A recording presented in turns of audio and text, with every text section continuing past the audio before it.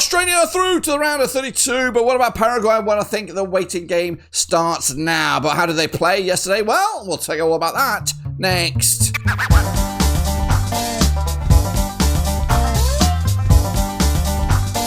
That's right, folks, back once again in another video. Today we take a look back at the Group D encounter between Paraguay and Australia. That's right. Of course, both nations trying to compete and get themselves through to the knockout stages. Who did, who didn't? Of course, we'll tell you all about that in just a second. Big shout out to my members, big shout out to my patrons, big shout out to you. Again, if you haven't subscribed, make sure you subscribe. Your one-stop shop for the World Cup is right here, of course. And if I can get 48 likes, please smash that 48 like button, of course, and get over the line. Let's talk about this then. Of course, it wasn't one for the purists. It was a snooze fest. I've seen the quotes, but it was a snooze fest. That was enough for Australia to guarantee a place in the round of 32. So that is nailed down. The Socceroos will be playing knockout football. Paraguay are in a good position to play knockout football, but of course they're going to have to wait and see. They could be one of the last teams to find out if they are through. But Paraguay, yeah, they're here, and of course, considering how how Paraguay started this group phase with that 4-1 loss to the USA, it's good. It's commendable for them that they bounced back here. They bounced back with the win over Turkey and then this draw against Australia. So they may not be as bad as people make out, but there was no real moments in this game that caught the eye. It was just for Australia. It was all about staying in this game, not conceding. Otherwise, because they would have been in the position that Paraguay are in right now, waiting in limbo land, of course, and that's nothing what you want. A draw was always going to be a result that was likely, very much likely. But Australia gave a bit more effort in regards to shots, 7 just for Paraguay, 12 for Australia. Possession-wise, again, the Socceroos edged it 56-44, but ultimately not much to take away from the performance. But don't you tell that to these guys. These guys, of course, put on the jerseys for their countries yet another time for some. Along the gill between the sticks there, Omar Alderete. The back line there with Gustavo Valquez and Gustavo Gomez making up a back three. Alex Cubas alongside Matias Galazza.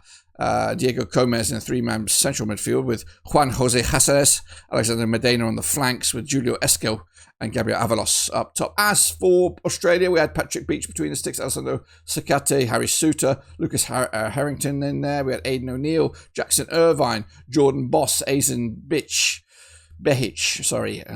slip of the tongue there. Conor Metcalf, Christian Volpato, and Nestor Erakunda. It was a chance maybe for some players to get some minutes that may have not featured before. But we did see some subs coming on there. Julio Alonso for Paraguay, Jose Canale, Damian Bobadilla, Mauricio, Alex Ache as well. As for Australia, we saw the likes of Paul Ocon, Egan Stella coming on there, Aiden Husrich, and Tete Yenge.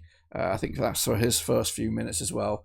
Yeah, it was a chance for some players to stake a claim, maybe for the knockout stages, and who knows. As for the performances on the pitch, not much to get excited about. 6.80 for Australia on average, 6.81 for Paraguay. It was maybe the midfield duo there of Paraguay, of Galazza and Cubas, trying to keep us entertained. The keeper of Paraguay, 7.8. Not a bad performance for him as well. 7.4 for Patrick Beach as well.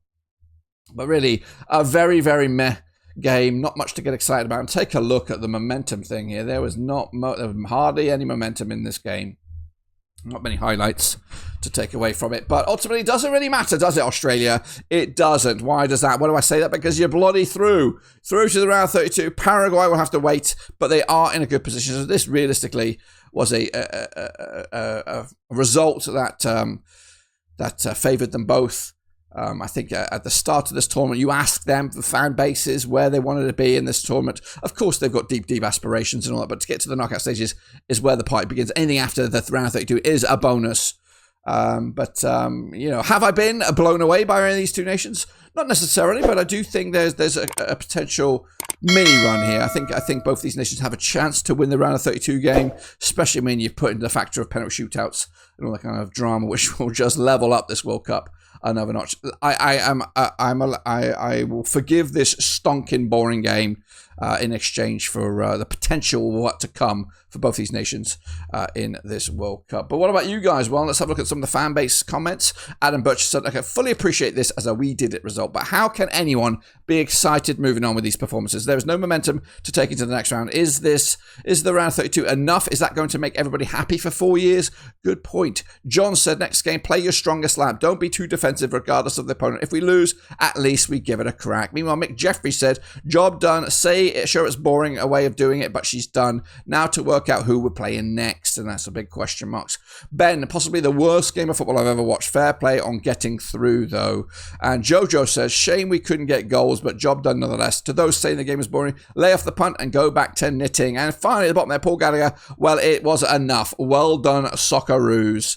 That's the best comments I could get for you at this early stage. Look at the predictions before we kicked the ball there. 55% of you thought Australia would win. 30% thought Paraguay would win. The draw was at 15%. The ping pong balls, they went with the draw and they got it right. They got it spot on, in fact. So 0-0. Congrats to the ping pong balls. The cat, she went with Australia, but unfortunately she had an off day there. Just in case you keep it up, this is what the table looks like. Group D is done and dusted. USA top the charts. They are through. Australia are joining them. They're nailed down. Paraguay waiting in the wings with 4 points, of course.